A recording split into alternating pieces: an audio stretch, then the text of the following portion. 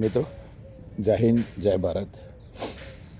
આજના વર્તમાન સમયની અંદર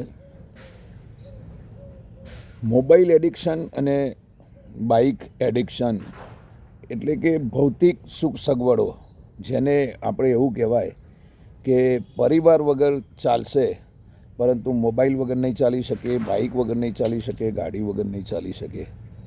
મિત્રો, બહુ દુઃખદ ઘટના મારા એક નજીકના સ્નેહીના ત્યાં પ્રિન્સ નામનો બાબો જે બાઇક અકસ્માતની અંદર આજરોજ અવસાન પામ્યો.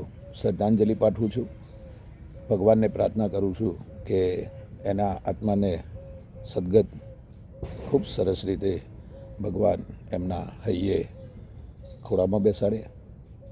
પરંતુ આ બધી પરિસ્થિતિની અંદર, આજના યુગની અંદર પરિવાર એક તો નાના થતા ગયા, કુટુંબો નાના થતા ગયા, અને એની અંદરે જ્યારે આપણે બધાએ, હું વારંવાર કહું છું કે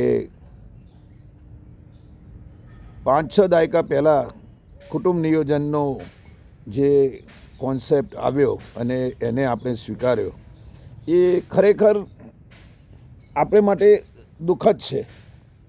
કારણ કે પરિવારો છોટા થઈ ગયા, નાના થઈ ગયા, સીમિત થઈ ગયા. મિત્રો, આજે એક બાબુ હોય, 2 બાબુ હોય, અને એની અંદર પણ જ્યારે આવી પરિસ્થિતિ ઊભી થાય ત્યારે એ કુટુંબ ઉપર આભ ફાટી ગયું છે. પરંતુ વિશેષની અંદર એ કહેવા માગું છું કે આજની તારીખની અંદર એની સાથે મોબાઈલ એડિક્શન પણ એટલું જ છે કે નાના જ્યારે ભૂલકા હોય, નાના જન્મેલા બાળકો હોય, ત્યારથી જ એમની માતાઓ એટલે કે મમ્મીઓ ગોડિયાની અંદર સુવડાવી અને મોબાઈલ પકડાવી દે, તો આ સંસ્કારો એમને ક્યાંથી મળશે? આ સંસ્કાર એટલે જેમ તરંગરૂપી મોબાઈલના જે રેડિયેશન કિરણો, કદાચ તમને બધાને ખબર હશે કે પહેલાં એક્સરે આપણે પડાવવા જતા, અત્યારે તો સોનોગ્રાફી કરાવવા જઈએ, ટોપી માણો કે બ્લેક કલરનું કપડું ઢાંકેલું હોય જેથી કરીને કિરણો આરપાર ના જઈ શકે. મિત્રો, મને જ્યાં સુધી ખબર છે ત્યાં સુધી કે અમે નાના હતા ત્યારે રેડિયો આવેલા, અને એ વાલવાળા રેડિયો, અને જ્યારે પકડાય ન ત્યારે એક દોરી રૂપી એક જાળી હોય, અને એ જાળી અમે દૂર દૂર સુધી બાંધતા જેથી કરીને એના તરંગો પકડાય અને આપણને અવાજ સરસ રીતે સંભળાય અને બધા રેડિયો સ્ટેશનો આપણને સાંભળવા મળે. એવી રીતે ટીવી એન્ટેના આવ્યા, અને એની અંદર પણ આપણે ઉપર જઈને સેટ કરતા જ્યાં લગાવેલું હોય ત્યાં, અને એનાથી અત્યારે વાઈફાઈ આવી ગયા અને આ બધા આવી ગયા. મિત્રો, તરંગ એટલે એક એવી વસ્તુ છે કે લોખંડ હોય, પૃથ્વીનો પેટાળ હોય તો પણ આરપાર જઈ શકે, તો તમારા શરીરની શું વિષાદ છે? તમારા શરીરની અંદર આ રેડિયેશન કિરણો કેટલી ઇફેક્ટ કરતા હોય છે એ કદાચ તમે મેડિકલ સારવારની અંદર પણ તમે સાંભળેલું છે, અને સાયન્ટિફિક રીતે પણ તમે સાંભળેલું છે, કારણ કે આપ બધા બહુ હોશિયાર માણસો છો. પરંતુ સાથે સાથે મારે એ કહેવું છે કે તમે તાજા જન્મેલા બાળકને મોબાઈલથી એક બંધાણી, જેને આપણે ડ્રગ્સનો બંધાણી કહીએ, ડ્રગ્સ કરતાં પણ ખતરનાક આ વસ્તુ છે. તો ખરેખર હું દરેકને એક વિનંતી કરું છું, એમાંય ખાસ બહેનોને, કે તમારા બાળકથી તમે મોબાઈલ દૂર રાખજો. તમે પણ જેટલો હોઈ શકે એટલો મોબાઈલથી દૂર રહેવાનો પ્રયત્ન કરજો.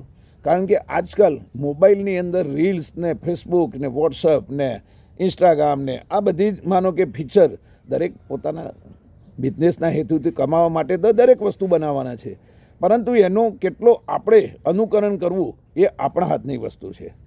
આજે મને જ્યાં સુધી ખબર છે ત્યાં સુધી વિશ્વની અંદર 60થી વધુ ટકા લોકો મોબાઈલના બંધાણી બની ગયા છે. દિવસ દરમિયાન સર્વે અનુસાર લોકો જેટલું માનો કે સવારે ઉઠે રાત્રે ઊંઘે એમાંથી 5 કલાક મોબાઈલ સાથે જોડાયેલા રહેતા હોય છે. હમણાં ચંદીગઢની અંદર એક એવો કિસ્સો સાંભળવા મળ્યો કે કોર્ટની અંદર મહિલાએ એવું કહ્યું કે મારે પતિ વગર ચાલશે પણ મોબાઈલ વગર નહીં ચાલે. તો આ કેટલી હદે કરુણતા કહેવાય. બહેનો, ખાસ આપણા બાળકને એવા સંસ્કાર આપીએ, એવા સારા માનો કે ભજનો સંભળાવીએ, એવા માનો કે સરસ એને અનુકૂળ એવા લોકગીતો સંભળાવીએ કે જેથી કરીને એની અંદર જે અંદરની રહેલી શક્તિ એ ઊભી થાય, જાગૃત થાય. માતા જીજાબાઈ જ્યારે શિવાજીને હાલરડું ગવડાવતા અને એ હાલરડાથી એમનામાં જે સંસ્કારો અને એમનામાં જે શૌર્ય અને સાહસ ઊભું થયું એ તો આપ સર્વે જાણો જ છો. હજુ પણ ફરીથી એક વખત આપણને કહેવા માગું છું કે મોબાઈલના એડિક્શનથી આપણને શરીરની અંદર કેટલાય પ્રકારના રોગો થાય છે. કેન્સર છે એ વિશેષ પ્રમાણની અંદર આજે સવિશેષ મોબાઈલના રેડિયોસર્ગી જે કિરણો જે કહેવાય, તરંગો કહેવાય, એ આપણા શરીરની અંદર પ્રવેશી અને આપણને બીમાર કરી દે છે. નાનું જન્મેલું બાળક એ તો એક ફૂલ જેવું હોય કે એ કોઈપણ પ્રકારે આપણે ઘણી વખતે બધા કહેતા હોય છે કે ભાઈ પ્રીમેચ્યોર બાળક જન્મેલું હોય અને એને આપણે પેટીમાં રાખીએ છીએ. કેમ પેટીમાં રાખવું પડે? કારણ કે એ બહારની હવા એકદમ એને હાવી ન કરી જાય. એટલે ધીરે ધીરે માનો કે એને સેટ કરવું પડે અને આ સેટ કરવાની અંદર આવા મોબાઈલના જ્યારે કિરણો એ બાળકની અંદર એના શરીરની અંદર પ્રવેશ કરે એટલે આપણને ઘણું બધું નુકસાન થાય છે. તો ફરીથી મારે આ વિડીયોના માધ્યમથી એ જ કહેવું છે કે આ બધા હોશિયાર છો, સમજદાર છો અને મારા કરતાં પણ વધુ તમે સમજદાર છો. તો આપણે આપણા પરિવારની અંદર જેટલું હોય એટલો મોબાઈલનો ઓછો ઉપયોગ કરીએ. વાંચનનો વધુ તમે ઘરે સારા પુસ્તકો વસાવો, સારા ન્યૂઝપેપર મંગાવો.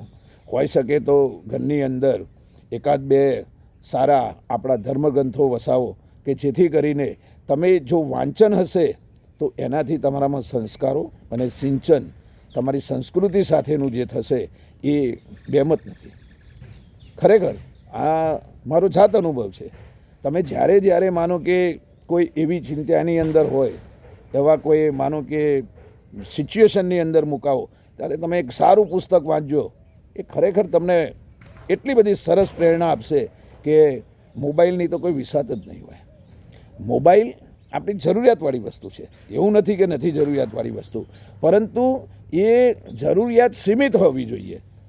પૂરે આખો દિવસ આપણે મોબાઈલ સાથે જોડાયેલા રહીએ એ ખરેખર ખોટું છે.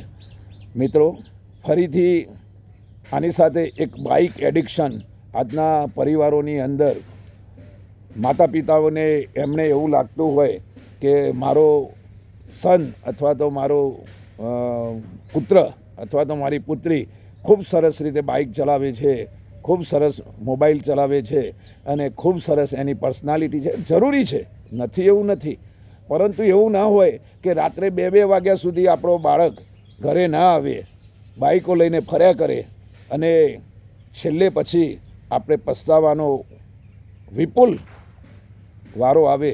એ ન ચાલી શકે. પરિવારો ખૂબ નાના થતા ગયા અને આ વિડીયોના માધ્યમથી હું દરેકને એ જ કહેવા માગું છું કે ફરીથી કહું તો તમે મારા કરતાં પણ બહુ સમજદાર છો, પરંતુ આ એક અમારું પેશન છે, અમારો મોટિવેશનલ પેશન છે. એટલે અમે અમારા રૂપી જેટલી જ શક્ય હોય એટલી લોકોને અમે પ્રેરણા આપીએ અને એમાંથી આપણને 1-2% પણ જો પ્રેરણારૂપી સ્ત્રોત ઝરણું આગળ ચાલે અને એમાંથી સફળ થાય તો એ ખરેખર બહુ સારું કાર્ય છે. તો ફરીથી દરેકને નવા વર્ષના હાર્દિક શુભેચ્છાઓ, હેપી દિવાળી. અને જો મારો આ વિડીયો આપણને ગમ્યો હોય તો લાઈક, શેર અને સબસ્ક્રાઈબ કરજો. ફરીથી એક વખતે આપણા બાળકને શક્ય હોય એટલું મોબાઈલથી દૂર રાખજો. બાઇક એને લાયસન્સ આવ્યા પછી આપ એને ચલાવવા માટે સુસંગત કરશો તો આપ, આપણો પરિવાર, આપણી સરકાર અને આપણા નીતિ નિયમોથી આપણે ખરેખર એના સાથે સુદૃઢ કહેવાઈશું એવું મારું અંગત માનવું છે. ફરીથી જય હિન્દ, જય ભારત, જય શ્રી કૃષ્ણ, હેપી દિવાળી.